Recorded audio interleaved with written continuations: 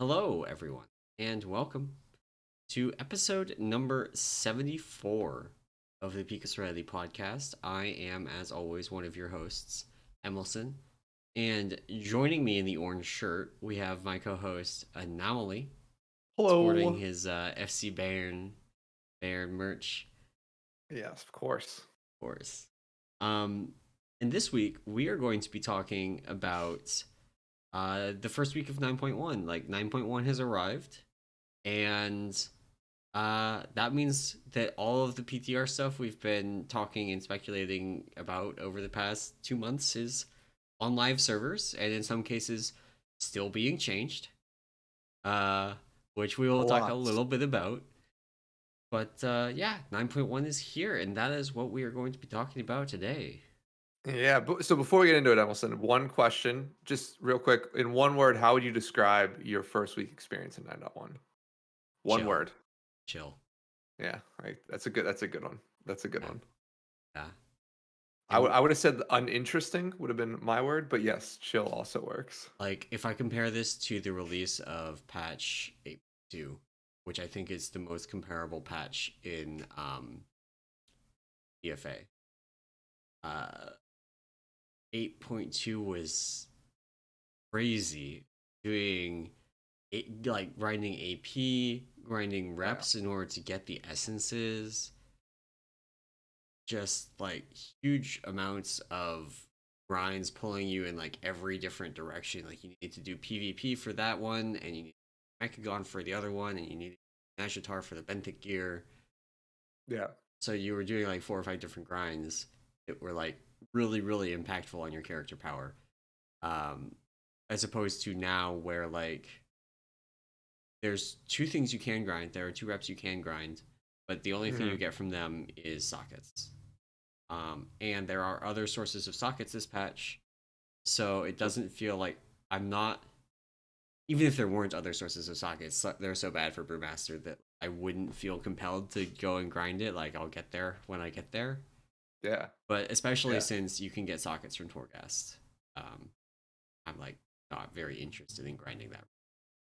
Yeah. Yeah, no, yeah, it was I would agree. It's been very low key in terms of like got pretty much everything I need to do in like day one, and now it's just been like a couple of dailies, so been very nice. So cool. Well, yeah, I guess we'll get into sort of a quick recap of last week. I just wanted to get a quick start the Yeah, episode off. How we feeling? Type question out there. So yeah, like you mentioned in the intro, there have been a ton of hot fixes this week. So we'll run through sort of maybe the major ones, and then we'll sort of talk about sort of I think mostly like the stuff we've been doing this week in terms of 9.1 and things like that. So first up, of course, there was the Great Vault hotfix, which yeah. uh it's just it's Oops. so funny. Yeah. So Blizzard, as the patch launched, you started sort of trying to collect gear out of your Great Vault. They sort of screwed up the formula about what gear you should and shouldn't be getting based on last week. So they disabled the Great Vault, and it's the funniest thing is the way they disabled it is they just literally removed the doodad that the Yeah, Great Vault is. the Great Vault Um, went away for like a day. yeah.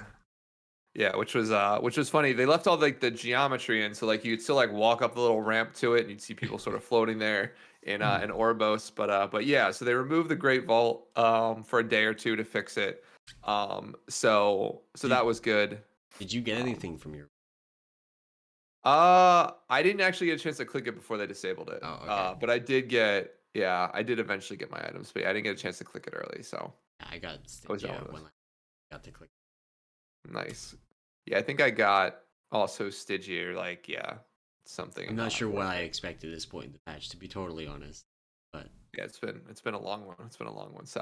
But yeah, so great vault hot fixes. I feel like we go through this sort of loot thing. We've gone through it. I feel like every major patch since like they introduced it in what BFA, right? So it's just like yeah, maybe they should like test this. Like I don't know. I don't know what they're testing, but it seems a not little weird. this.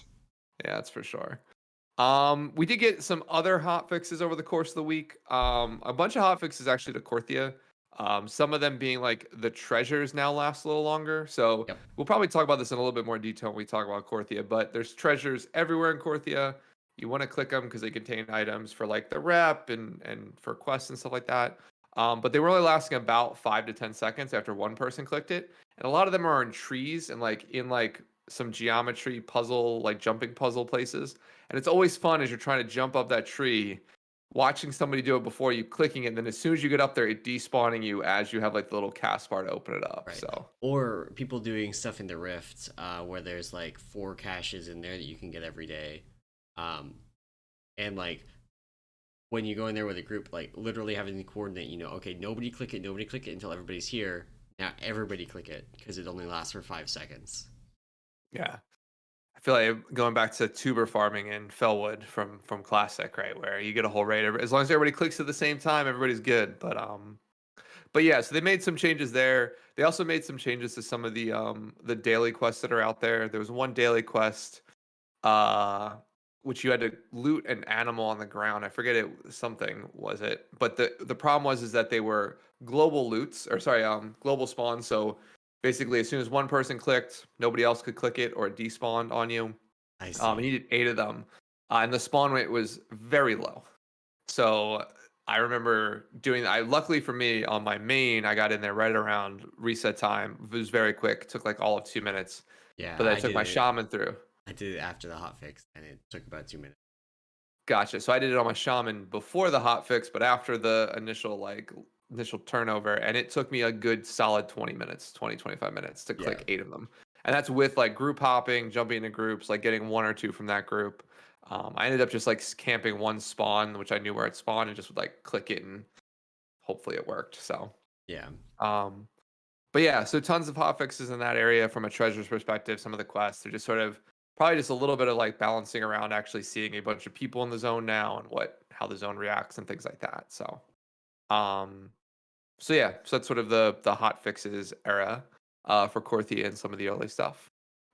Next up was a fun one, and I actually saw this after I did this. So um, it has to do with the actual skip, the introduction skip to Korthia. So after you go through the first Korthia quest line, which takes about a half hour, 35 minutes. no, it Um, takes way longer than that. What are you doing? that's true. It actually took about an hour, hour and a half, I feel like. Yeah, So it's very long. It's through a bunch of different zones, a bunch of different I'll say escort quests, but you're like following an NPC around in certain areas. You're right, it actually does take a very long time. After you do that once, you can essentially skip all that introduction, and basically your next character you can be dropped right at the start of like doing your daily quest in Korthia. Basically, have Korthia unlocked, everything you need there. yeah, Um, so doing that though, you miss out on one important thing, which is the final quest. As you go through the long quest chain, basically gives you a bunch of materials, which includes like I think an armament, some Stygian embers, which is what you need to upgrade your Sanctum of Domination gems, and like a war chest that I think can contain um, some shards and stuff like that. So you basically miss out on that by using the skip. So like yep, your alts basically miss out on 10 Stygia embers and some rep and anima and stuff like that, which sucks, right? yeah. Um, At the same time, I, like I did the skip on my warrior before this post came up. I'm not overly concerned, to be totally honest, because it is just the Stygian Embers. Like the 10 Stygian Embers will be slightly annoying, but for everybody except the world first kind of people, by the time that alt cares about Stygian Embers, right? It's going to be loaded with them from just doing weekly. that's true. That's true. It does. It seems like an oversight, Yeah. which Yeah, it probably like should have like instead of skipping that quest, it should skip you to that quest. right. Yeah, and then you turn that in, and then you open up the zone and the dailies and stuff like that. So the skip was definitely nice. It was a very nice sort of thing to put in because that intro is long, and then I don't know if you had any bugs doing it, but uh, I had the bug where the guy you escort from the mall into Korthia just stopped and didn't move at Oh, like the first stop point. So the only way to reset it was then to die, abandon the quest, and restart it back at the mall when you like fly over to that area. I had the Um, one where you first use Venari's flight point from Korthia back to her place in the mall, uh-huh. where she would just stop, stand there, and not give questions. Oh, really? Yep. apparently it was something with like other people interacting with Venari could cause her to just stop. Sucks. Uh, but I ended up just like abandoning picking it up again and fine the second time. So Not too bad. all I Yeah, needed to do was take the flight point a third time. yeah. Yeah, luckily I missed. I had a couple guildmates who had some of like the crashing bugs in the scenario, which I feel Yeah. like would have been more egregious, like would have been worse, right? Because you had Yep. to restart that scenario, go all the way through it. So yeah, the only issue I had with the scenario was after doing after watching the cutscene with Sylvanas and Tyrande, you do that part where you have to like run to the Winter Queen and then see the cutscene with Ando and stealing it and run back. Yeah. For me, as a Horde member, I was sharded into a shard with literally well, it looked like 1,000. It was probably like a solid like 40 or 50 Alliance players. So I spent about 10 minutes like dying and rezzing, so just so I get a little bit closer to the quest turn and follow. That's what you Just to get go for through that. playing with war mode on. It's 10% more resources. It's 10% more Does it resources. even So apply to rep from archivists? I don't think so. No, but it's 10% more. Come on, the number is higher. I have to do it. I No, have to you do don't. it. so so yeah. So the skip, you miss out on the rewards, but not to I think Emerson, to your point, not a huge deal. Not a huge deal. So Yeah. only a couple more as we run through these. This is actually a lot happened. Yeah. Next up is Blizzard did release a quick hotfix to basically reset the old Covenant quest thing. So you basically get a one time. I don't know if it's an item or a one time use thing to Basically, basically. it's What's that? not like an item. Basically they reset the like it's whatever covenant you are now, it's as if you have never been a part of a different covenant. Meaning that you can do the easy um swap from one covenant. Yep. And the funniest part about this is the reason that they did it. Because they didn't do it because the covenant changes meant that people were swapping covenants again. They did it because the covenant swap NPCs from Oribos were in the scenario and people were just like, I don't know, autopiloting through, clicking yes on everything and accidentally swapping covenants, which I find fucking hilarious. That to me feels like just desserts for like not reading anything in the game, just relying on AAP Yeah. to do it all for you. But that is so fucking funny to me. Yeah. I'm Yeah. You glad could I'm click into glad this. that Blizzard did like hot fixes so that they're not totally screwed, because it would be a lot less funny if they were actually screwed. But Oh because yeah. they got the ability to go back right away for free, it doesn't. Now it's just funny. Yeah. Yeah, it's just like they did it not because of like a design decision or like, hey, we realize we made all these changes and we'll let you swap freely. It's like, oh no, a bunch of people made mistakes. So we'll fix it that way, right? And yeah, it's so funny. Yeah, because I mean they're not only in the scenario, but I believe they close in around in Oribos when you talk to like Bolvar and do this stuff in Oribos too. So they're like closer there. Which is Yeah. just read the dialogue box, people. When Read it it. when it asks you 3 times if you really want to swap covenants, maybe click no if you don't actually want to swap covenants. That is true. That is true. So yeah, so now you've like you said, we've reset your quote unquote, I guess they call it betrayer status. So now it seems like you've never been in another covenant, so you're easily swap to your other ones if you're going to. Kind of upset I swapped to Kyrian, but I guess it wouldn't matter. I would have had to farm the renown anyway. Yeah. So so yeah, so then only two more, and then we get into sort of the actual topic for today. I feel like we're flying though anyway. There was a bunch of hot fixes that came out on Friday for the Shards of Dominion tuning. So basically this is the new like gem system. We talked last weekend with Lincoln about Yeah. just about like the shards. They're the set bonus idea for this, or tier set idea for this patch. They did a bunch of tuning to them. Basically what they ended up doing, sort of long story short, is pretty much every one of them got changed. Every gem got changed. However, they pretty much end up in the exact same spot they were.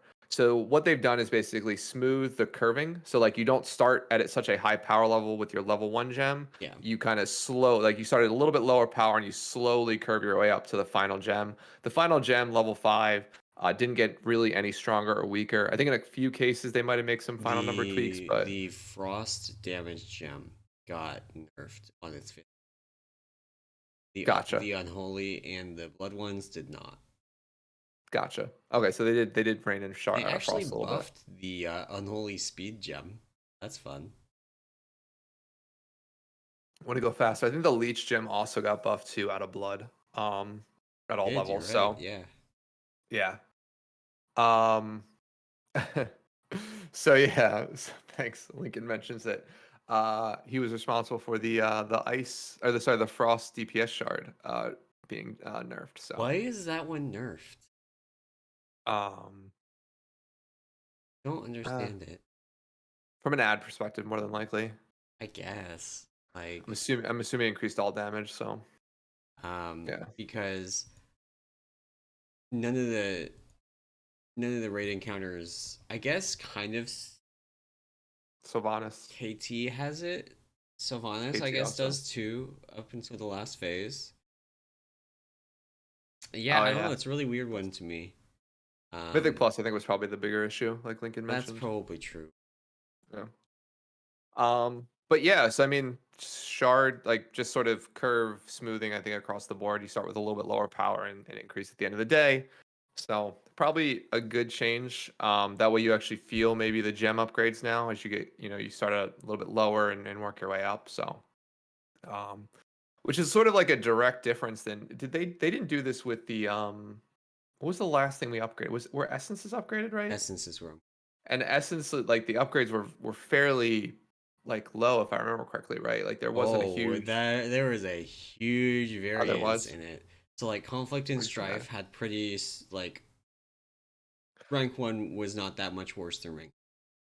But then Yeah, you had ones like null dynamo for ranks, where rank one and rank two were totally worthless, gotcha, and then rank three added the only effect that you cared about. gotcha. Okay, so that was a bad example Well, I on my mean, part. for the most part, you're right. Like the essences did have like not a lot of power gain from rank one to rank. Yeah, But then there's a couple that had like really big power gain. gotcha. Yeah. So yeah, gems. Whatever. They're still tuning. I don't even know if they work, to be quite honest with you, at this point. So we'll figure it out maybe next week.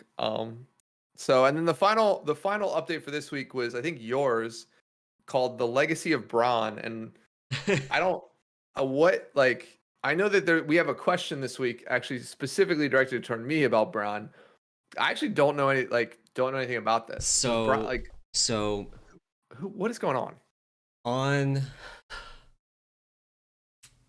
last weekend, I talked a little bit about how Braun was like simming really high for brewmasters, and then they made it look like we were going to go live with like a really kind of severe bug where like every tick of rushing Jade Wind and spinning Crane Kick was going to generate a stack of the buff to summon him. Oh So Jesus. brewmasters Okay. could summon him in 20 seconds, not 75. Yeah. So that went live on Tuesday, along with another bug that meant if you were running the harm denial conduit, your expel harm did 21 times its normal damage, Yep. including the damage I believe from Gift of the Ox orbs. For no, not from Gift of the Ox. It didn't include Gift of the Ox orbs, but it turns out by just multiplying the damage on it by 21, uh, it's real big. But anyway, the Braun thing was fixed in about a day.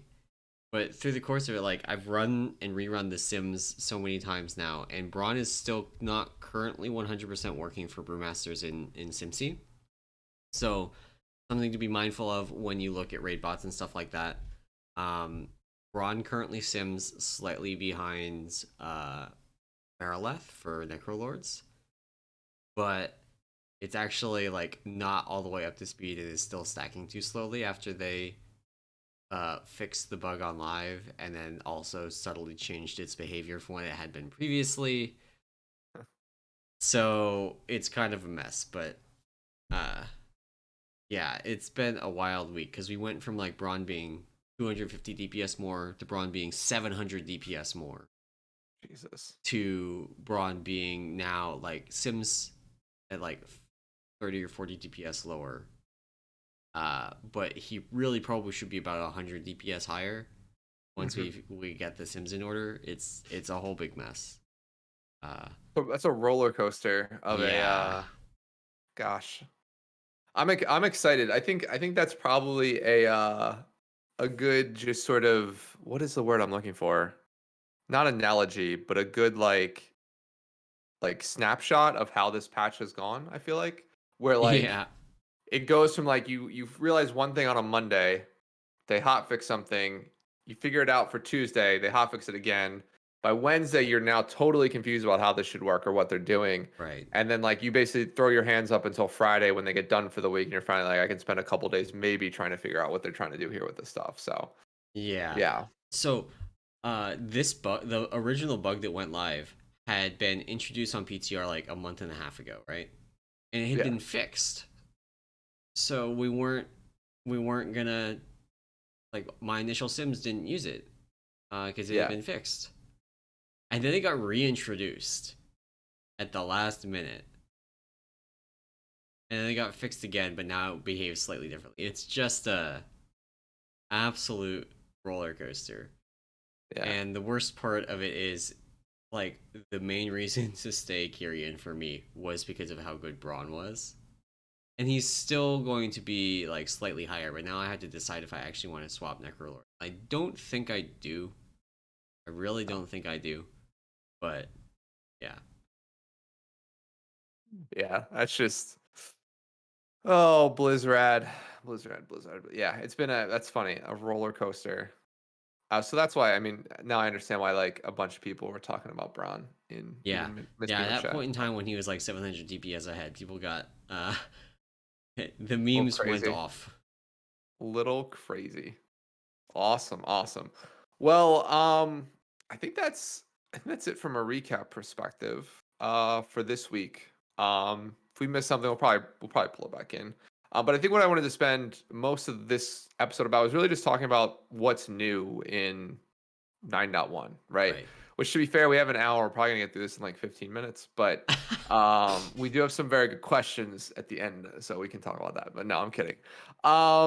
So yeah, so I guess the big thing, the first thing on my mind was just, how is Korthia from your perspective? I mean, I did not realize how much better the mall was going to feel by having a mount. Like not even just the new Korthia zone, but going back and doing stuff in the mall. It's so oh much yeah, nicer when you can mount. yeah, oh heck yeah, heck yeah, Especially because as a tank, I cannot get dazed off of my mount, it's so broken. so I can just run through things and not worry about it. Like I wouldn't have been able to do that the first week of Shadowlands. Let's be totally clear here, because that would have gotten me killed even as. Right. Um, but once the raid came out and I had raid gear, like I could totally have been just walking through seas of mobs and been totally fine. And like I could have got, I did go in, I did the Beast Warrens every time it was up, for the Hmm. mount. Never got it. Didn't go and do twisting corridors. I got to like the third floor and then stopped because they announced that just everybody was going to be able to mount in the maw in 9.1. God, I got my twisting corridors mount probably like 2 weeks before that. So like I made a concerted effort like to basically spend an hour. We'll really do like one layer each night for like a week and a Nice. half. And so like that's how I spent like an hour and a half of my playtime every week for like, 6 weeks was like do a whole layer, or sorry, not 6 weeks, but like a week and a half, like 8 days. Do a layer, be good, and move on and sort of grind through it. So yeah, Yeah, mounting feels real good everywhere. Like yeah, real quick, real nice. Yeah, no, I agree. I think the mall still feels congested, which I don't like. yeah. Um, Korthia feels very small. yeah. No, Um, Korthia is like a landmass does. I meant more like the mall and like mob density still okay, feels yeah, Yeah. Like it Okay. feels like the idea would be is like, well, our covenants now have more power here. Like we're starting to push back in the mall. You can mount now, but like it feels like we didn't really push out back in. It's just like we get to mount now. Like all the same mobs are there, like the same densities there. It's still Yeah. like I went to Perdition's Hold just to check it out. It's still terrible to go in there for anything. Yeah. Um and then like the new area by the raid entrance is like even it's like Perdition's Hold 2.0. It's just as bad. So um yeah, that part is a little bit up, a little bit sucks. But yeah, I mean I can definitely see like how if you didn't get a mount before mounting in the mall, very nice. Yeah. Very nice. On the other hand, there is now basically nothing to do in that's worthwhile in the maw. Yeah. At least if you came into 9.1 with a little bit of Stygia stockpiled for the new vendors, which I did because I had been taking it from the. Gotcha.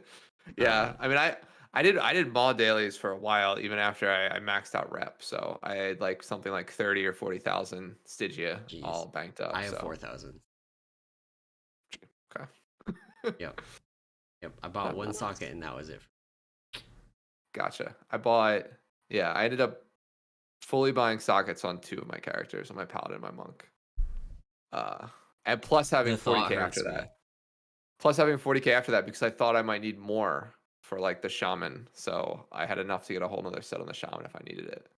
Um, yeah, I like sockets. I also the numbers go up. We know that. Yes. Yeah. Um, I think, it would be different for me, at least, if sockets were worth more like what they're worth on basically anything else, as opposed to like 1% ish each instead of 1% ish total. yeah, Uh, that's fair. yeah. That's fair. So you think Korthia is small? I've heard that sentiment from a lot of people is that Korthia feels very tiny. Yeah. Like almost like half the size it should be, I feel like. I feel like it's smaller than Mechagon, Yeah. Yeah, I would agree. which Even with is flying, wild to me. Like, Mechagon and Nagitar both came out in the same patch, right? yeah. With a whole new system that was more, I think, more involved than the domination socket stuff. And Yeah. yeah, I don't know.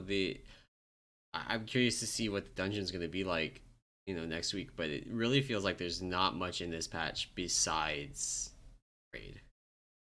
Yeah. I mean, I think it's going to end up being the raid and the dungeon. Like Yeah, that's it. And like core like you're right, like if yeah, you're right. Like the 8.2 patch probably the closest one to this in terms of like similarities. And yeah, we got two new zones that were both bigger than Korthia. Um they rehashed a lot of the ideas of like assaults now with stuff in the mall, which those are I those are don't interesting. I don't like. But Let's talk about assaults for a second. I actually okay. like have some minor complaints, and these are minor complaints.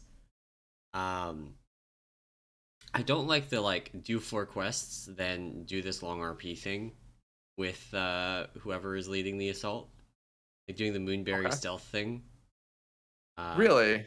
like the if it were just that, or I guess my main issue is that depending on how many people are around, doing the first part can take a like really long time. Yeah. Yeah, we did I did the first four uh I did the first four last night for the Venthyr one. And it was a cluster. Particularly with like war mode on, Oh it man, you're a brave soul doing that in the mall with Stygia. yeah, so luckily everybody behaved themselves. So it was like very very chill. But Like you nobody can't really like tag things yeah, it can't or tag share things tag. and then like your the only nice part about doing it like that was the for the Venthyr one specifically, you have the one quest where you have to have like some little bug eat a bunch of corpses. Yeah. You don't have to tag the corpses. So I literally Yeah. went to one area and clicked one corpse, not realizing this would happen, but my bar went from like 10% to 80% in one click because of all the like the mobs in the area around it. So I was like, Yep.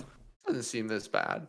But yeah, I mean And then that there's the quest in there for like kill 30 mobs. yeah. Literally just like kill 30 mobs. Where I had to, because of how many people were around, I had to like run around looking for just like one or two mobs to kill at a time.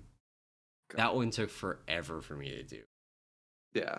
Um, but That that's also yeah. something where I probably should have just joined a group in the group finder and been like, Yeah. hey, let's share quest credit. Because Loki, that's also the secret to doing the final stage of the Venthyr one quickly, where you have to like go through all 4 mirrors, which, side note, even if you're a tank, do not attempt to ignore things on the other side of the mirror because you cannot take mirrors in combat. And it will let you walk through and off the edge. Yes. So, So guess who had to walk back to the Venthyr assault from Oribos? oh, are you serious? Yeah. Oh no. Like Oh I walked off no. the edge and where my body was, like I either could take res sickness or I could Okay. hearth. Oh no. That's Because awful. the some of the mirrors you can't even get to. Like there's no way to reach them until we unlock flying. We haven't gotten flying yet, so there was no way to get back to it. There's I did this, so I didn't realize you couldn't take them in combat. That's what happened yesterday to me then, because there's one where you enter the mirror and you have to you enter the mirror and the thing you have to click is like above you and you have to go Mm, upstairs that are in front of you and like circle back and click one, right? It's like yeah, on the that one. thing. And I remember clicking it miles behind me and just rolling off the edge and it was like I'm gonna slam dunk right into this mirror And just and I hit it boom. and went right through and then landed Yes. off the edge, dude. I was streaming Yes. it. I wonder if I have a clip of it. If I do, I'll send it to you. But There's yeah, there's a gate thing that pops up on the gateway on the mirrors when you're in combat. I thought it was a Um, graphical glitch. I'm not gonna lie, I saw that by the way. so that one does have a graphical glitch. That Oh, one is shown. So if the mirror is like vertical like this, yeah, then normally the grading is like this. The yeah. grading for that one is like this. So I think the grading actually is like a wall. It won't let you walk through it. I don't know for sure, but that's the same one that happened to me. And I totally just walked through and off the edge. Oh, God, yeah, yeah. I did that. I rolled right through it. Luckily for me, the weird thing for me is after I like didn't fall off the edge of the world there, I hit like a lip or something like really far down off a cliff. And when I released, it actually gave me the ability to res just as the spirit healer. So I didn't have to Okay, take yeah, res sickness. I could res and then like run up the big hill and take the portal again. But yeah. No, it put me. So what happened to me is I landed somewhere. So it sounds like you landed on terrain that's not reachable, basically. basically, And yeah, I didn't. I landed on terrain that was reachable, and was at the bottom of Venthyr or of that Revendreth. sucks. So I had to go and get my corpse, which was way down there, and I mean maybe it would have been possible to get back to the mirror, but I just hearthed. Gosh. Yeah, yeah, that was that's funny. I didn't realize that was the case. But yeah, I mean I think and I think Lincoln mentioned this too. Like that one, the end of the vent there one sucks because it's like there's a loading screen through each of these mirrors. You got through four Yeah. of them.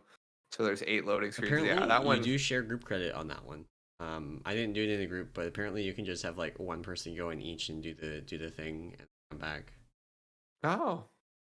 Yeah, I don't. I I I can't did it in a confirm, but group, but we did everything together. So like we went into every mirror together. We didn't yeah. sort of test that, so I probably should So have. I gotta do it on my warrior, and probably my paladin, before reset. So I'm gonna try it. Worst case, it Yeah. doesn't work. I have to still go through all 4. Yeah, I did basically I did both of them last night, yeah, on the shaman and the monk. So what was it? The funny thing is I don't like Korthia in general. I think is small. Like the so sorry. Finish off on the assaults. I don't actually mind the whole quests into like little RP thing. Yeah, I think it's better than like filling a bar and then fighting a boss, right? I I agree with think that. I think it's a lot better than the fill the bar stuff for the Nazoth assaults, for example. yeah, Much better than that. I do think that having to do all 4 quests, like I almost want it to be like a fill the bar, but the quests are there and give like large chunks of the bar. But then if you like just can't get the 4th quest done because there's too few spawns and too many people, you know, you just yeah, instantaneously get it done with others things. It's fine. Having to do all 4 means that like if you can't find any more druid spirits to rescue, you just gotta run around looking for druid spirits until you find that last one to turn in. Yeah, yeah, yeah. No, I can see it both ways. The Moonberry thing for the Night Fae Assault I think was pretty cool. The Revendreth one, not like so the Revendreth one I feel like just ended weirdly. Like I thought we'd actually have to fight something instead of Yeah, and just then you clicking didn't. mirrors. Yeah, same. Yeah, so I was so confused at the end that it just like ended. I was like, oh, that's kind of anticlimactic, but yeah, maybe yeah. I don't know. It's not too bad. I think it's a little bit more interesting just filling the bar, but Yeah. I can definitely say like yeah, if I I was think in the Night Fae one is a lot more interesting than filling the bar. I think the Ventier one basically has that kill 30 mobs quest that is basically fill the bar, but worse. right, yeah, that's fair. That's fair. But yeah, I think so. Getting back to a little bit more on Korthia, I just sort of reiterate. I think you're right. I think Korthia does feel very small. It's very quick. Like the Yeah. three dailies that you do, which is really generally the only like daily repeatable content you have, take all of maybe 10 or 15 minutes. Yeah. Which is good and bad. I think it's I don't know. I could go either way. Like I think the problem that I had like with 8.2 and like Nazjatar and Mechagon is like some of that stuff could take like Mechagon could take 30 minutes on its own. Yeah. Particularly if it was like the fine like loot the chests was always a rough one, or like The three there was an rares. the three rares was always tough too. And like those were just frustrating to do. So glad it's a little bit shorter, and the zone being smaller because like I think Nazjatar would have been like the one that's closer where you have like a couple of dailies to do in Nazjatar, right? Yeah. Similar to Korthia. Nazjatar is just a bigger zone, right? So it Yeah. took longer to traverse, and there's just more time in the traveling, which I don't know. But yeah, Korthia feels small and it feels somewhat empty, if that makes sense. Like Yeah. there's because it's So so like small, there's only like what where three zones. Mechagon had like stuff all over the place to do, like all kinds of things happened in Mechagon. Yeah. Korthia, in some of it, it feels like we haven't figured it all out yet. But a lot of what there is to do in Korthia is basically just like do dailies, kill rares, collect treasure. Right. And there is the stuff. Have you done anything with the Rift yet? So no. Other Okay. than other than going in the rift for the Night Fae assault, right? Because there's the quest you do in the Right. rift for that. I just actually funny enough, I just got my first rift stone thing. Uh Yeah. like just So this like one of the yesterday things or I something. think actually adds a bit to Korthia. So like Korthia, the zone, they the new zone in 9.1 is not just Korthia. They added basically this whole layer to both the Maw and to Korthia called the Rift. And there's no real explanation for why it exists that I've seen. I'm waiting for a novel video to be totally honest. Maybe I missed it, Okay. but I don't know why it is here or why we can enter it or how it factors into anything. But it's there. And so people are doing one of the most time efficient things you can do for archivist prep is get a raid group and go to the very south end of Korthia, use a collapsing rift stone, which allows your entire group to enter the rift for 15 Okay. minutes. And then you kill a rare that's there in the rift. You all hearth back to Keeper's Respite in Korthia. And then you go and you get Zoval's chest, which you have to drag across the Maw, which is a cool little event. Jesus. And that guarantees everybody in the group gets a collapsing rift stone or two. So you Okay. can then start doing this like very reliably, than having to hope someone gets lucky and gets a rift stone drop. And That's not bad. then you just go and you loot chests inside the rift. There's 4 in Korthia that give a bunch of stuff for the archivist.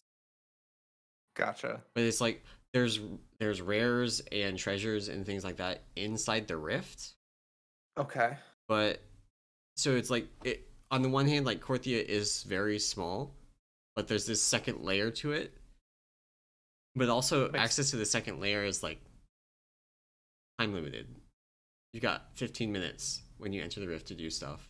Although once you hit tier 4 with the archivist, you can just like buy personal keys to get into the rift and like go in gotcha. as much as you want basically.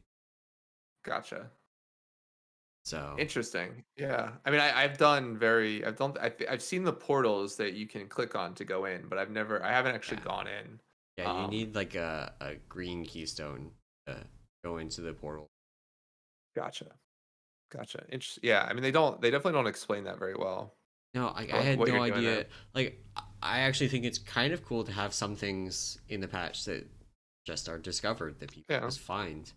Um, but also, I would have liked some explanation for why this exists, even if it were just like, oh, after you get out of it, maybe there's a quest from the archivist that like explains what it is or something. 'Cause if anybody's gonna know what this is, the archivist should, right?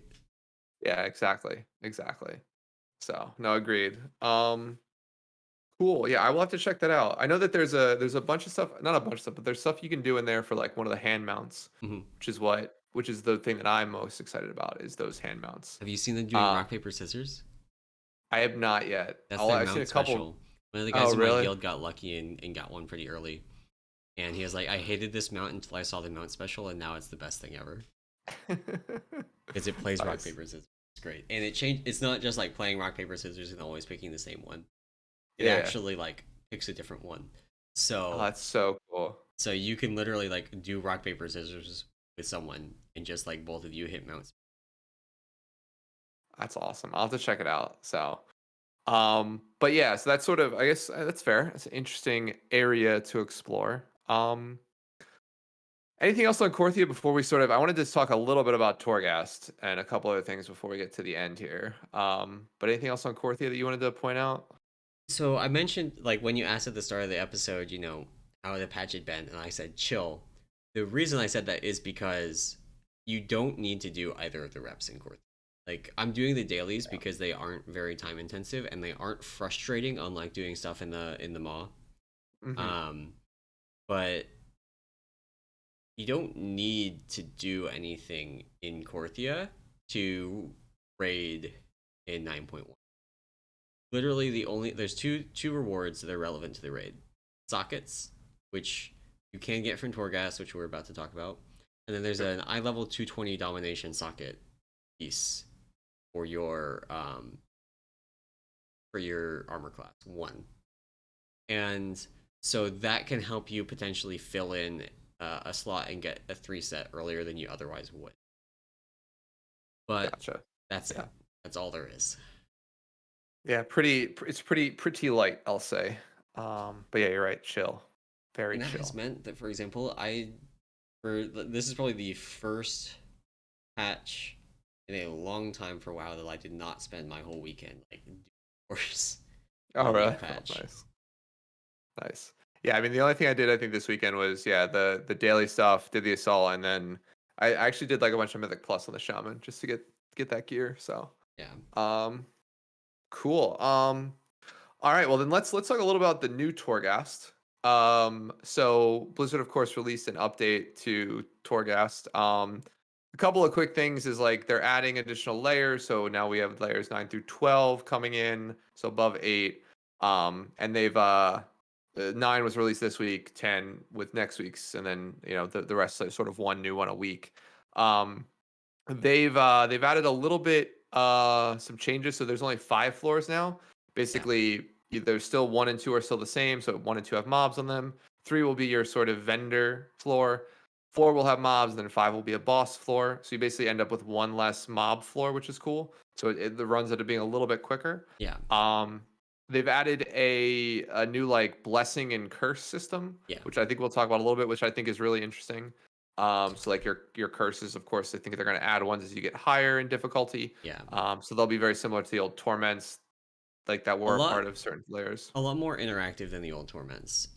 Yeah. At least the ones we have right now. Some of the ones that they had on PTR, I don't know which made it live and which didn't, but some of the ones they had on PTR were pretty bad, Hmm. or just like boring. Like the old torments that like increased mob HP or made them do more physical damage, or everybody's favorite, you take 10% of your max HP as fire damage every 5 seconds. Oh my god, dude! Soul 4 cheat, get the f out of here. Yeah, that was the worst. So they've done that. They've made some changes there, and then I think the biggest thing is they've added a scoring system. Yeah. which is essentially like you gain score by doing different things. So by clearing more mobs, you get better score. By doing it faster, you get more score. By not dying, you get more score. By like I've seen things too where like if you don't take an epic power, you get like 10 points at the end. Yeah, I had that happen Um, because I took nothing but yeah, corrosive dosage and like random powers to make me move faster, yeah. and free 15 points. Yep, yep. And then the points sort of add up at the end of your after you kill the boss on the fifth floor, and you get sort of a ranking of 1 through 5, I think, right? Yep. And you have to at least hit. I think you have to at least hit a 4 to unlock the next level layer, right? Yeah. Or is The that the UI for what we need to do right now is kind of not clear because even if you get a 4-star, it still shows the next one is like locked. It doesn't change the message that's displayed for it or anything like that. But yeah, right? that is in theory what we need in order to do floor 10 next week. We have to do floor 9 and get a 4, which I think they've really improved the scoring from where it was on PTR, at least in terms of like clarity and feel. Because having like the score breakdown of like, oh, you get 15 points for this and 15 for that and 20 points for this and 30 points for that is like really highlights the different ways that you can approach it and like do things. Because I had no idea. Like I ran into the no epic power one by accident, but that's Yeah, definitely something where like maybe if I get offered like a bad epic power or one that I don't think I'm gonna use, maybe I just skip it because I'm gonna end up with the free points from that. You know, some little yeah, things to think about on that front, and then also explaining exactly what the threshold you need to hit for each tier is makes it much clearer. Like you need 160 points to get 4 stars and 180 points to get 5 stars. yeah. So having that so clearly laid out there is, I think, really big improvement over how it was on early. Yeah, and I think the only thing that I don't like, and maybe this is something I can improve on the system, is like I think the between floor score screen that pops up. Number one, if it pops up, it's great. Sometimes it doesn't even pop up. Like Yeah, it's up for a second, you can't read it. But there's not a lot of good feedback as you go through the floors as to where you sit score wise. yeah, Right, which I think is like if you're shooting for like a floor 5 or sorry, a 5 star, um like knowing up by floor 3 where you sit in terms of like score wise, I think would be helpful. I don't know what yeah, if they can even do that interim sort of like scoring system, right? Like projecting your points or whatever. But I think that might be helpful in terms of people wanting to hit certain things, right? I'm assuming there might be a weak aura that eventually comes out that helps sort of yeah, identify this stuff. But yeah, I mean, I think the scoring system's cool. I think it's fun to like push. Like I think we hit like I hit a 4 star or sorry, a 3 star the first run I did with my buddy, and then like so we were like, all right, we got to go like a little bit fast. We saw like where we were missing points, and like we yeah, died because we thought we were a little bit too awesome. We weren't as awesome. yeah. That's Uh, hurt. That's for like minus 20 yeah, points. Or like yeah, if definitely. you die, you get minus 20 points. After the first death, it doesn't matter, but the first death is Yeah, costly. yeah. So that those definitely hurt. So it's yeah, it was cool that the scoring system I think adds a little bit to it.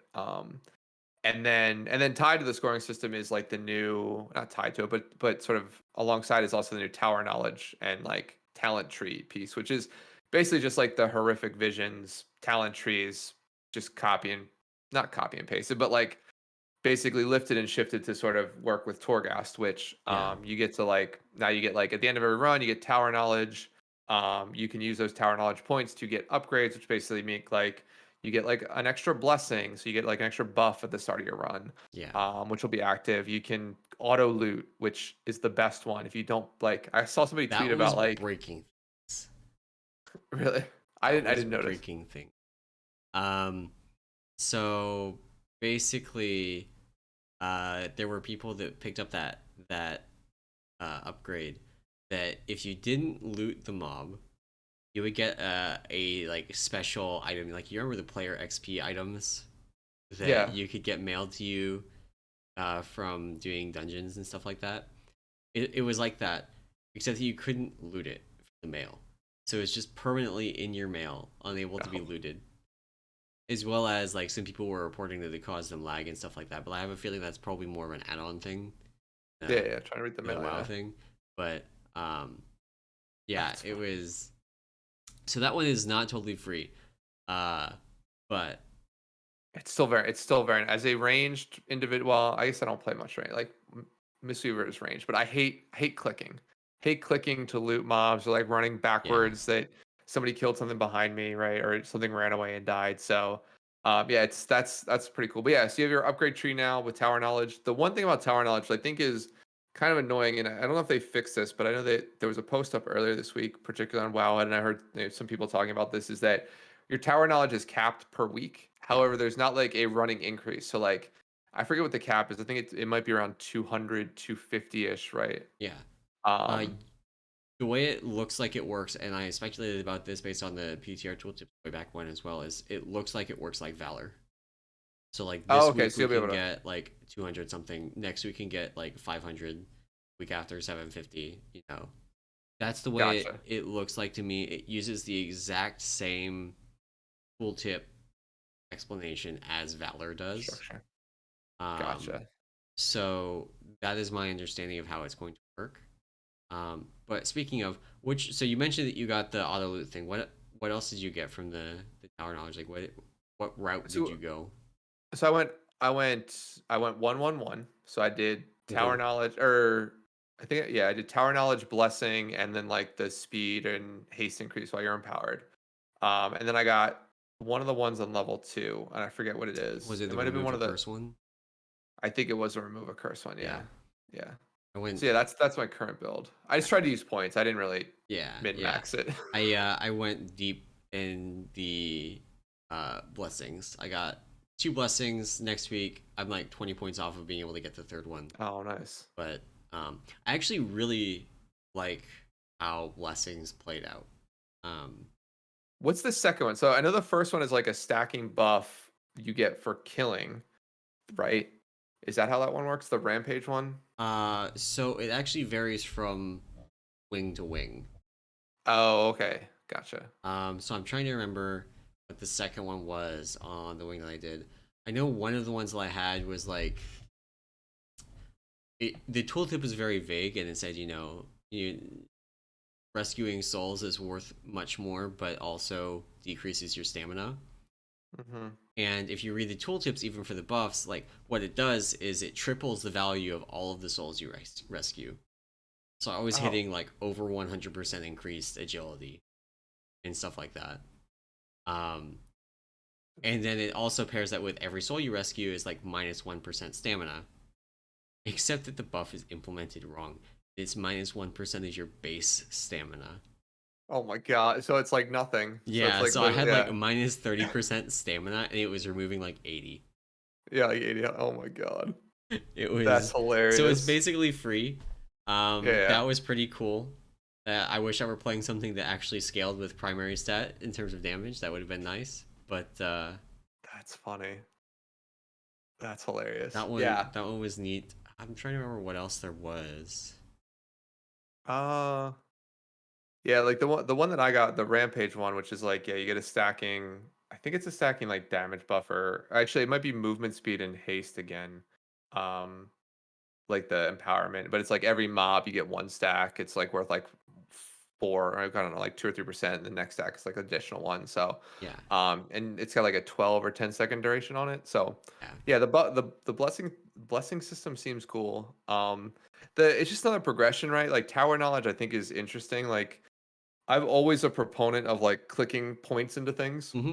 right? Like Huge it's fan. why yeah, like it's why the old talent trees, even though they were pretty much figured out, are so cool to me, right? Yep. It's why I I loved the, actually I so sorry to interrupt, but you know, one of the things I really like about the classic talent trees, at least some of them, like we've had this conversation before, some kind of are yeah, bad, but at least some of them have a lot of things while you're leveling where it's like I would never take this talent for a raid, right, but while I'm leveling, it's a neat decision. Do I take the one that does more damage? Do I take the one that like maybe lets me be more efficient with pulls and like pull more with before I have to stop and eat and that kind of thing? yeah, The because of talent tower knowledge not being relevant for any high end content really. It does have that same kind of like, well, instead of following a guide, I'm just gonna read what these things do and yeah, like think about what I want. And I think in terms of that, It's like great success. And in comparison to the horrific vision talents, which people basically figured out like here's the way you min max it because you need to min max it to get your stuff optimally raid. Right. Um, it ended up being something where I did look up in 8.3. Okay, what talents are people going to be most efficient about being able to actually get a 5 clear? Right. Um, and that isn't happening here, like because it's funny because as a result of it not mattering, I'm actually more engaged with it Yeah. as a player than I would have been if it did matter for raid. Yeah. No, I agree. It's one of the few times, not few times, but it's one of the times where like I've read tool tips for something, yeah, like I didn't do a bunch of research on beforehand, right? Like I went in and was like, I know tower knowledge is like, so to be fair, I forgot about it. So I did both wings Yeah, on my monk and then went to do the quest for to turn in the box. So I was like, ah, well, we're here. Let's just run both wings real quick and turn it in. yeah. And forgot all about it. I got really crappy powers my first run on the first Oh, floor. really? Well, I had the quest in the first floor, so I just ran back out and turned it in, and Oh, like nice. then went back. That's funny. Yeah, no, yeah, we like I didn't even turn it in on my monk, forgot all about it, and then like once I got it, I was like, oh, this would have been so cool to like mess with. So, when I did it Torghast on my shaman, I like after the first one ran out and did it. But yeah, I mean, it's fun to like click the buttons. Like the idea is like you're eventually gonna get all these anyway. I don't think you really need these things. Like maybe to start to complete like your 11s, layers 11s and 12s, like you might need the powers, but I mean, The I can't blessings see. will help, which like the blessings are on the very first row. Yeah. Those will help you get through the 11s and 12s. But I did 12s in Nathria gear on PTR. They haven't Hmm. changed. Um, so it will be easier, of course, if you do the tower knowledge stuff, but you could go in without any talents whatsoever. Gotcha. Um, Gotcha. there is one talent. I'm going to contradict myself and be like, you should definitely get this talent. You can't get it yet, but you can get it next week. And it's the one that lets you do an extra floor if Oh you yeah. get a 5 star. So It's what like that the does vault, is, right? yeah. So doing that extra floor is where you can get socket and conduit drops, Gotcha. and um, that does require that you 5 chest it, or 5 star it. Hmm. But and I have no idea how good the drop rate on stuff in there is. I only know that you can get things from it, right?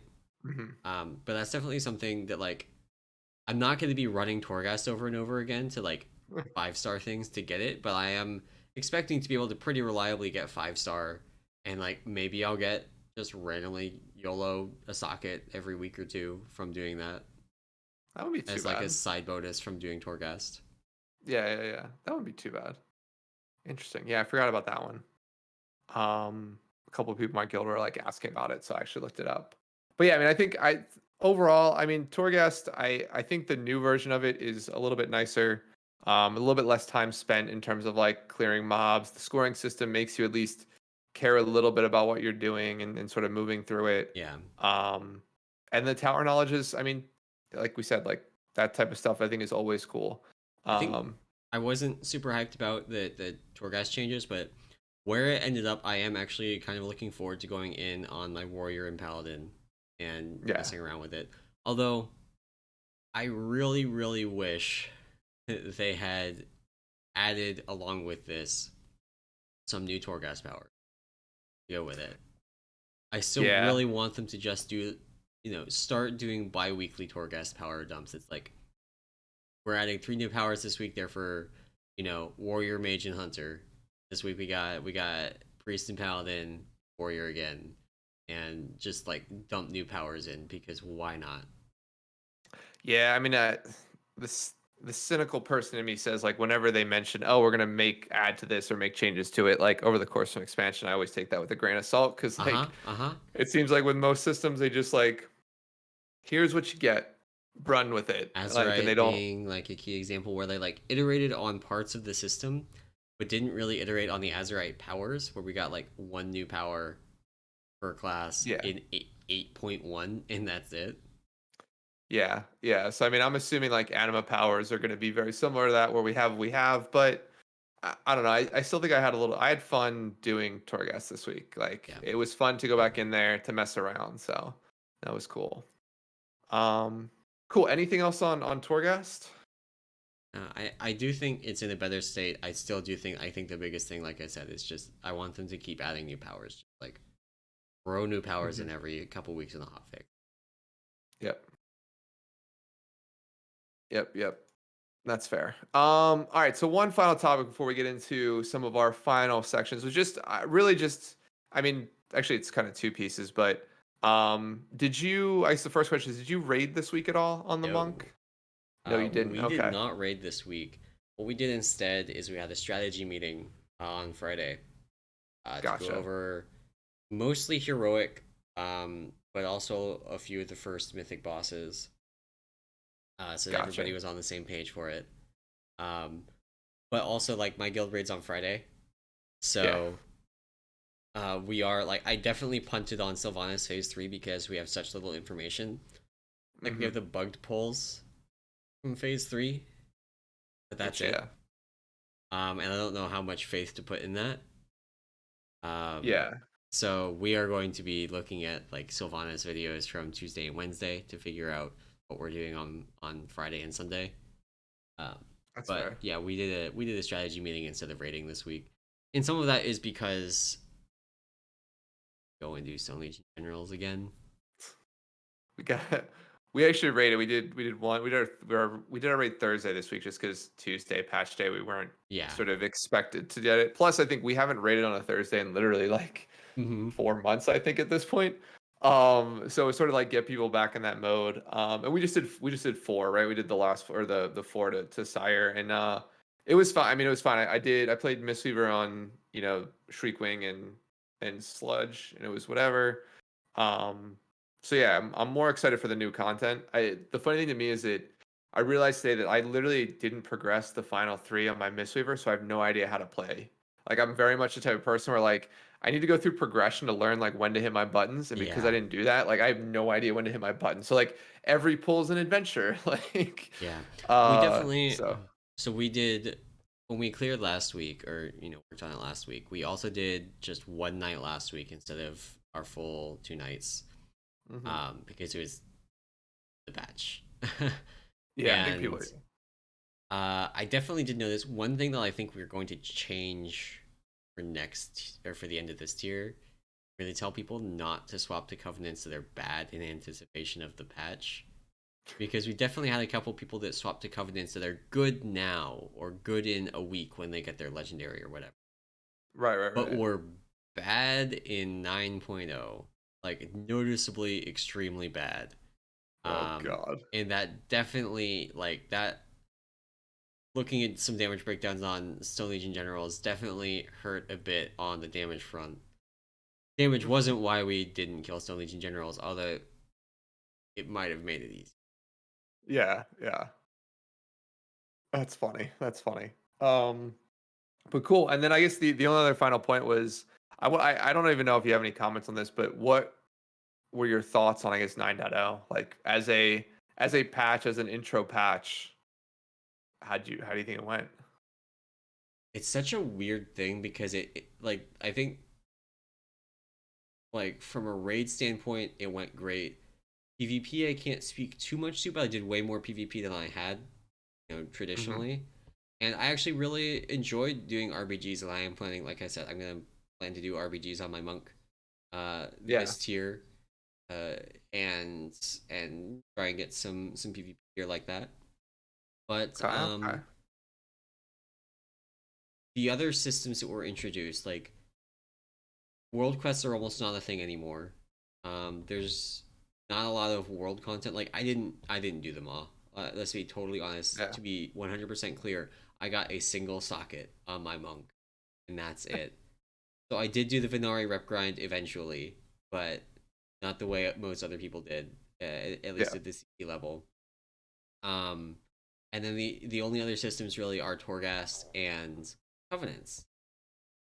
And Torghast, I don't want to spend too much more time on, but Covenants still have a whole rest of the expansion to play out, really. So I feel like um 9.0, the way that 9.0 is going to their credit, they didn't really fuck people over with Covenants in 9.0.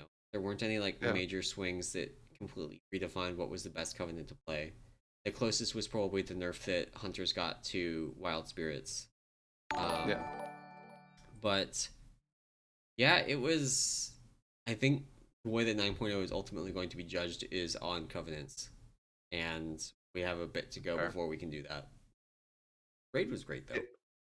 Yeah, that's what I was gonna say. I mean, I did look this up. It was the longest non end of expansion patch ever.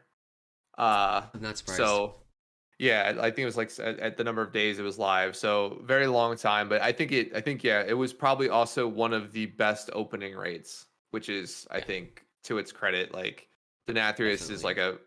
a great boss. Yeah. Denathrius is like the main thing I'm going to miss from 9.0 because now Yeah. that 9.1 has arrived, Denathrius is gone. Like as far as I'm Yeah. concerned, like Denathrius no longer exists in the game. You can go and do the fight, but after Yeah, this yeah. week, you're not doing the same fight anymore. Yeah, I agree. But yeah, I mean it was it'll probably end up being I think in my mind personally it'll be a good patch regardless of the other systems. It's just that because of how good that fight was and how much fun. I think the raid in general, like Stone Legion notwithstanding, the other fights are good. Like they're not bad fights. Like I think There's a they lot missed the of mark. like medium fights, in my opinion. Some of that's Yeah. because some of them are just like very basic tank fights. Yeah. But there's a lot of like very medium fights, but there are some real good ones. Like I really like the tech mechanic on Dark Vein. Hmm. Shriekwing is an up tier like early boss. Oh yeah. Um, Huntsman was fun. You know, Hungering was boring, but you know Yeah. you can't win everything. But like yeah, That's I true. do think it was a very good raid overall. Um, Yeah. oh Yeah. Cool. So yeah. So I think maybe we'll do maybe a little bit of deep dive maybe later on 9.0. But yeah, it was okay patch. Okay first patch. yeah, So I am really so actually one other thing. The other way that 9.0 is going to be judged, and to a lesser extent 9.1, is by actually Final Fantasy. Because of the length of okay. the patch, I know there are people that went and checked out Final Fantasy and stuff because of how long the patch was going on. They just didn't have anything else to do. Even Raiders didn't have anything else to do Right. in 9.0. So people were going and checking out Final Fantasy. And if Final Fantasy really takes off as we head into the new expansion for that game, and continues eating WoW market share, then I think that is going to be part of the legacy of 9.0 as well. Yeah. Yeah. They Um, just yeah they but just that's took more too of a long. like byproduct of the length of the patch than any other facet of it. Yeah. That's fair. That's fair. All right, cool. All right, well then those are the topics for this week, I think. Covered most of the 9.1 stuff, the new stuff. Gave our thoughts on it. So next up, two sections that we don't normally I guess one section we don't really talk about, but two other sections. We've got the lore corner. So today, really from a lore corner perspective, the only thing I really wanted to it was really more of a comment than really a deep dive on anything but to sort of talk about a little bit the cutscene between Tyrande and Sylvanas. So if you guys have spoilers, if you haven't done the introduction, this is a part of the introduction scenario to 9.1. As you open up Korthia, you can skip ahead. We'll do something to yell at you, but skip ahead like 5 minutes, and it's not going to be long, right? Yep, there will be Uh, timestamps on both the audio version and the YouTube version of this episode. So you can skip to the cool. Q&A if you don't want spoilers. Uh, Yeah, this has been your warning. You're only one. So yeah, so they released this cutscene as a part of it's a part of the introduction scenario where Sylvanas and her forces are assaulting Ardenweld, and we as the heroes have come to defend it. As a part of that assault on it's not the World Tree, but whatever the big tree in the center of Yeah. Ardenweld is. They're trying to get the sigil there. So Sylvanas and her forces are attacking. We're defending. There's like an interesting moment between Tyrande and Sylvanas where Tyrande comes back as, of course, the Night Warrior now. and sort of tries to kill Sylvanas, and turns herself into a rocket ship after Sylvanas turns Yes, herself into a banshee, and then Rocket Tyrande. oh, it's so. I read a bunch. So I watching it, of course, and I read a bunch of the comments. I feel like it was just late. Like, so, and here's I'll explain the scene and then we can talk about what we thought about it. But basically, like, Sylvanas and Tyrande, they're fighting. Sylvanas does this thing like any bad guy does. It's like, well, the assault's finishing, time for me to go, and she like turns into a banshee and starts flying away. Tyrande like looks at her, then goes, "Alune, give me strength" or something, and then turns to a rocket ship, tackles Sylvanas in midair. They fall to the ground, tumble. Tyrande ends up on top of Sylvanas and starts choking her out, which is very weird. And then all of a sudden, like, the power from Alune, as the Night Warrior, like, Tyrande's power starts draining, and Sylvanas like pushes her off, and then doesn't kill her, because Serge comes in. But in any event, very very like weird that like I hate this idea, because like here's the thing is like, so the idea that I hate is that like when a hero gets an upper hand on a villain, and then the hero loses power just to let the villain get away, Yeah. that hero has to actually kill that villain eventually in this story. So like the idea here is that if Tyrande doesn't actually kill Sylvanas, like it's such a it doesn't work with me in terms of like the story, right? Like, You know what this I don't know. means for Tuesday, right? What's There's that? an encrypted cutscene for when we finish the Sylvanas fight. Yeah, I know. I Is it Tyrande that kills? Like, I don't know, I but don't know. like, It's just an encrypted cutscene, but like that's the foreshadowing. Is like Brandon gonna kill Steel. yeah, I don't think so. I think it's just it's so weird that like Alune, who again, I don't understand like the lore of Night Elves, but like she like loses, she doesn't give enough power to Tyrande, then kill Sylvanas when she's like right there. Tyrande uses all of her power to like turn into a rocket ship just to catch up briefly. Um, and maybe that's the Which, foreshadowing. Is side note, the rocket ship thing is the derpiest thing I have ever seen in a it WoW looks cutscene. it looks so, it's like if I was the artist where I was like I drew like this really pretty Tyrande face, and then I drew a square at the bottom and then put like little brush strokes there and was like airbrushing. It was like rocket ship. Like, it's, it's so weird. It But yeah, was, yeah. I didn't I don't know what to think about this. It just seems like they're hopefully they comes full circle and they close this off. But the story itself was just like, uh I don't know. It just seems like, yeah. It just seemed it seemed weak in terms of the story and what they're trying to portray, because like I feel like Tyrande had the upper hand, could have killed her, and then by some miracle she lost power, Right. and Sylvanas was able to get away, right? That And then Sylvanas didn't. is, yeah. I that's definitely a trope I am not a huge fan of like this Deus Ex Machina kind of thing of like Alune just like failed you. Sorry, Yeah, Tyrande. And yeah, then Sylvanas gets away.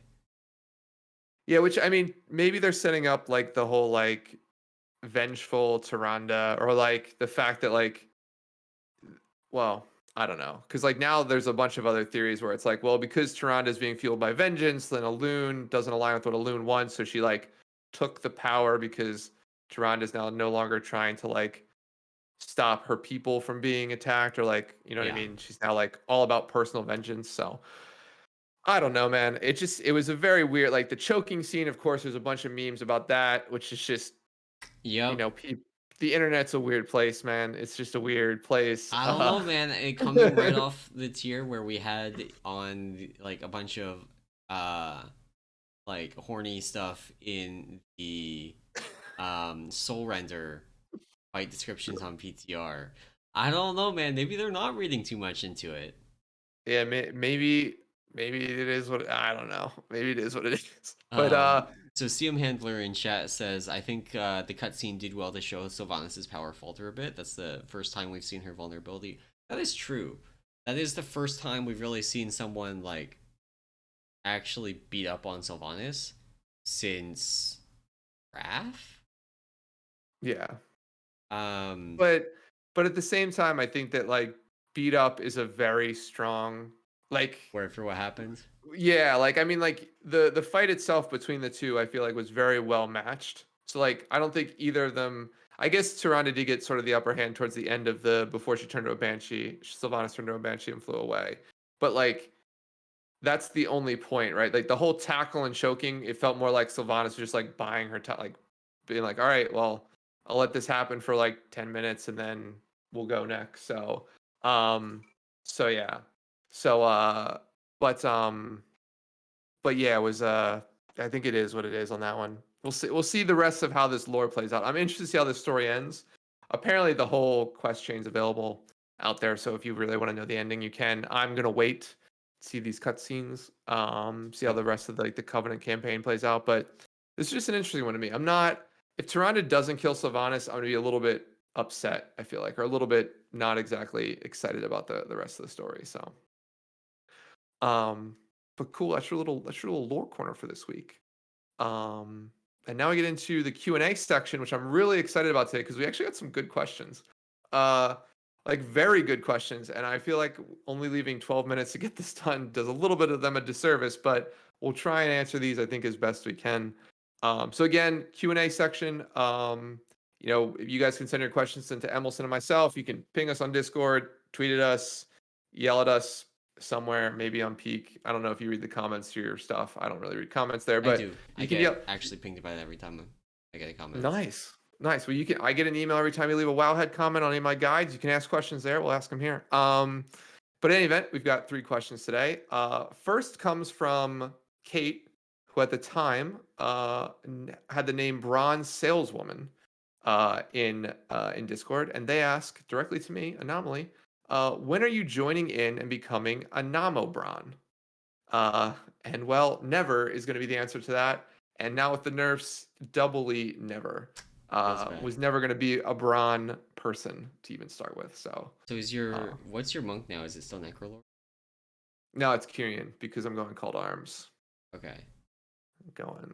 That's why my name in Discord CT Anam. got you, got you. Yeah, So we use the real CTA over in Brewmaster Lands. Ron's call to action. oh no. This is the No, legendary we Kyrian use the legendary. real CTA. Oh really? Yeah, none of that fake legendary stuff. I'm all about that borrowed power, Emerson. All about it. But yeah, Kate, thank you very much for the question. Not joining the Braun crew anytime soon. Um, so next up, we have a question from Panini or Peo. And they ask, it's actually a really good question. This is a serious question. Is it purely the job of the community to proliferate information about the game and how to play at a mid to high level? Or should Blizzard be actively trying to educate new players and help them perform at the mid level? Uh, Um, that's an I interesting I agree with question. the latter. Like Blizzard, should be putting things in the game to Hmm. help people move up to the kind of mid level. Um, the absolute lack of information, especially with the way that like N tier heroic fights have been tuned and like that, on how to play your character in game Hmm. is just astounding because it's not even like this isn't something like I just finished Darkest Dungeon recently. That's something where you can reasonably, based on the information in the game, figure out how everything works and like put together a comp based on how all the stuff works and all that. You can't read the tooltips in WoW and get anything useful half the time, you know. Yeah. And even when you can, it's still even when you can't get something useful from a tooltip, sometimes still isn't enough because of undocumented interactions between other abilities and just things that are quietly overtuned in your kit and things like most people would never for Brewmaster expect to use spell harm rotationally. But it's actually Hmm. super worthwhile to do for DPS because if you press expel harm while you have multiple Ox orbs up, it does more damage than pressing Tiger Palm for less energy. Yeah. So, Yeah. No, and I tend to agree with you. I mean, I think the thing that sticks out in my mind when I read this question and I was like, yeah, this is a really good thing, is that the particularly with Mistweaver. Enveloping Breath, which is the ability that gets added into your Celestials at 58, I believe, or 56, one of those. Where like if you cast while your Celestial is active, if you cast Enveloping Mist on someone, it'll spread Enveloping Breath to up to 6 targets around that individual. It's a large amount of healing. It's not in the default raid frames, Oh, and there's no indication that it actually like you don't get a spell. Like when you get a new spell as you level, there's like maybe a pop-up or something. There's no pop-up when you gain this power when you ding and it actually becomes unlocked. And it doesn't update the celestial tooltip either because it's a passive ability that gets added to it. So to yeah. actually figure out what enveloping breath is, you would have to randomly find it in your spell book at the end of the Mistweaver piece and be like, what is enveloping breath? And then figure out that it's tied to your celestial.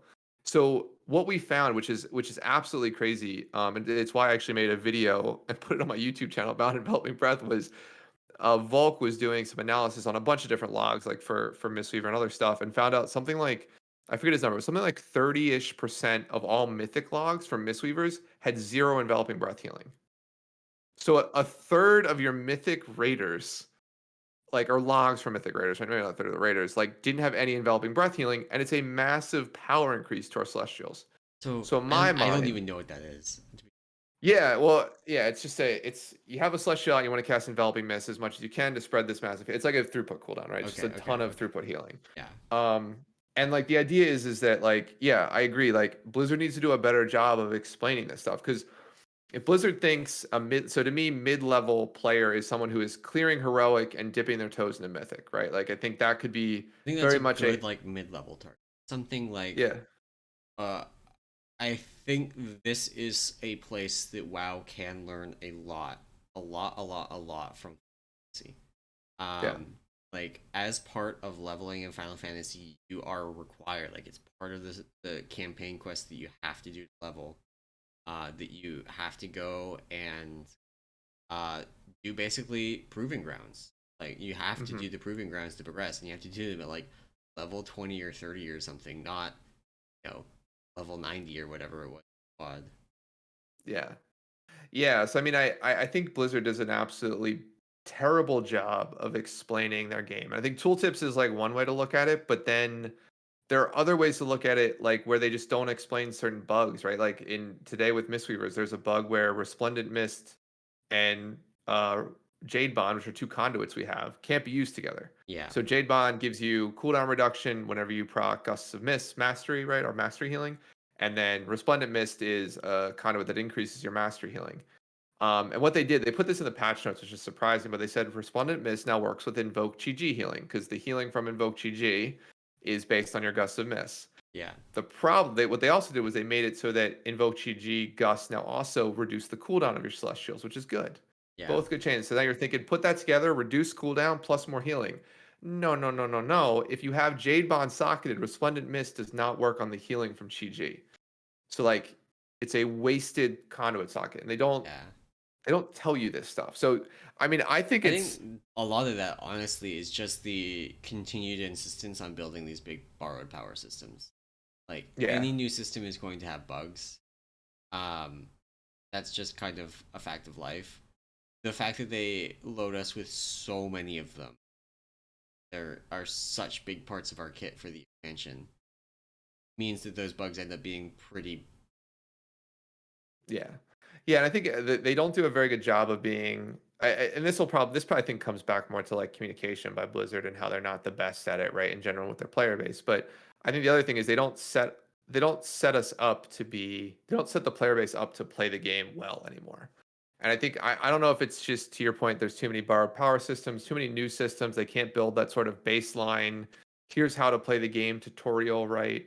Um, because I think they do. To be fair, Exile Reach and the new introduction to playing the game is good, but like how to play your class well is not like that introduction is not good. Yeah, and So that's something where I mean we are well past the point that we were in classic or TPC where rotations were more just artifacts of the abilities that you had than anything that were specifically designed.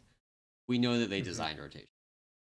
Um, right, they are at the point where they should start adding hints to the rotation help make them learnable. Because if you're just staring at, like, if you're level 60 and you're staring at your action bar for a spec you haven't played yet, um like I have some vague idea of like, okay, that's a filler. Like the spec is probably a builder spender because most of them are totally Hmm. honest. Like so, like kind of organizing my stuff around that, but even that leaves a lot out. Like Fury Warrior, Yeah. you don't want to press all of your cooldowns together because unlike most other classes where you want to use cooldowns together, because when your like main cooldowns increases the rage you get, and if you use your other cooldowns with it, you'll overcap on rage and stuff like that. So it's like that's the kind of thing where that's actually a bad example because you can totally just like do that in world content, realize you're overcapping on rage and stop. Yeah. Yeah, Um, but I mean, it. but just I, like I actually think Fury Warrior is probably a great example actually of a rotation that's very easy to just figure out. Like you don't need a guide to figure. You need a guide for some of the talents because some traps, but you don't need a guide to figure out the rotation for it. mhm. Something like uh affliction lock is like the polar opposite where you do need a guide to figure that out, and if you're doing something that's not the like actual way to play the spec, you're gonna suck. Like people play a lot of people have an affinity for affliction lock because they like the dots, they like putting dots on things, dots take them down. If you just like dot things up in Yeah. a raid as affliction in 9.0 at least, um that wasn't where your damage came from. Your damage came from like doing big prolific rapture camps, stuff like that, Right. which is totally different from what most people expect. Yeah. Yeah. I mean, I think, and that's sort of the problem is like there's no sort of like beginner guide that's put out by Blizzard or sort of like to your point, like a proving ground, right? That's like, here's how you should interact with your spells, right? There's no like from a healing perspective, looking at that, there's like you can infer based on like cast time and mana costs and actual healing that a spell does, like what's your slow heal, what's your fast heal, what's your AoE heal, right? Like Yeah, you have that sort of ability, but I think, sometimes the tooltips aren't good when describing that, right? Like yeah, a lot of times with Mistweaver, and like you're thinking, well, if I Soothing Mist a target and then my Vivify and Enveloping Mist become instant, that must be how I heal, right? I must Soothing Mist every target, and then I get a bunch of instant casts and a great healing. But it's like, well, the problem is that Vivify's cast time is your GCD. So like yeah, casting it with Soothing Mist or not casting with Soothing Mist doesn't really matter. Oh, and Soothing Mist has a weird 1 second GCD, which is different than the 1.5 in the base game. If you yeah. even realize what a GCD is, because like Blizzard doesn't explain, like I don't know if they might do it in hints. I haven't turned on hints in a while, but like I don't know. Yeah, I mean I do back to think I think. actually Okay. healing is one place that Final Fantasy does pretty badly in explaining things in Yeah, tooltips. I Um, think healing in general is hard to like explain yeah, because a lot of it's based on there's a experience. lot But of. yeah, I just remember there being a lot of confusion on White Mage. See, gotcha. um, Yeah. But I guess back to Peo's point, I think Blizzard does need to probably do a little bit more in terms of educating new players, and I think they rely. I don't know if they rely too much on the community to do this, but I think I the do think idea they is rely too that much. I think when you broaden the perspective of this beyond just like learning your rotation and yeah, into things like learning how to do a raid fight, even a lot of normal fights just have mechanics that I don't think are fast equal without boss mods. yeah, um, yeah, because they just like rely on knowing that an overlap of three specific mechanics is coming up, and if you don't have timers in the boss mod telling you what's happening, you just can't do it. Like yeah. you will be able to figure it out, 4 or 5 pulls in, but maybe, but it's such a like nonsense thing, and then you add in stuff like Stone Legion Generals where the overlaps change from pull to pull. Um, I think one of the biggest things they could do is like improve telegraphs. If they improve telegraphs, that obviates the need for a lot of boss mods and Bikoras to make fights playable. Mhm. Um, and the more they do that, the more accessible encounters become. And like every fight that is hard because of bad telegraphs is just not fun. It's frustrating. You know, Hmm. the classic example of like standing at the edge of a circle on the ground and still getting hit, even though you're visually not in it because it doesn't exactly match up. That's so That's just frustrating. frustrating. Like dying like that is Yeah. just really tilting. Yeah. And it doesn't actually really make the fight easier in a meaningful way to just have the graphic match with the actual effect, but it does make the fight a lot less frustrating. And Yeah. it Or oh, sorry. more like telegraphs and stuff like that is I think good. Yeah. Yeah. So I mean, yeah, this is actually a very interesting question from Peo. But yeah, I think Blizzard can definitely do a little bit more in terms of their onboarding to max level content experience, I'd say. Like Yeah, I think their onboarding to playing WoW is good. Like Exiles Reach, I think does a very good job of like taking a brand new player that's maybe never played WoW or never played an MMO, getting them into sort of how those sort of the game works at that level. But once you hit max level, like if you're not reading something, like you're gonna get lost. And then then you end up in yeah, some sort of toxic situation where someone who did read the guides lets you know that you're playing terribly and yeah, in not yeah. the nicest way. Yep. And So Kate did have a follow up question to this. So I'm going to yeah. paraphrase, um, and basically asked, why a lot of WoW players have such basic things that they can do to improve by like huge margins. And I think we Mhm. kind of answered that question. Is the game itself does not provide an interface that is very learnable. It's Right. difficult to learn from playing the game. So there's a lot of things that just like a large part of rating at a high level, for example, is being able to like effectively look at logs and make weak auras and stuff like that. That has nothing to do with playing the game, but because the game Right. is just not good at telling you things, um, it's super important to be able to do. And that's like not nearly as necessary for something like heroic rating, but the problem is endemic of just like the game not providing a surface that's very learnable. Just are going to bounce off it a lot. Right. Right. Yeah. Yeah. And yeah, I think it's game feedback is the reason. It's like unless you're actively engaging with resources outside of just the game, you'll never figure out you're doing something wrong. I mean, I guess never is a strong word. Like I think you may eventually figure it out, but it's going to definitely take some time to get there. So yeah, but yeah, I think that's why it's just like people, you know, they play the game, and that's sort of the way that they've always like, and that's how they've approached every other game because every other game's given them enough feedback to not have to go quote unquote min max, right? And I think Right. I term to don't use, but it's like I don't I can't think of another game where I went and looked up a guide. I think the only other yeah, game where I've looked up stuff outside the game to figure things out is probably Morrowind, because some of the quests there do not tell that's like you an what to older one. do.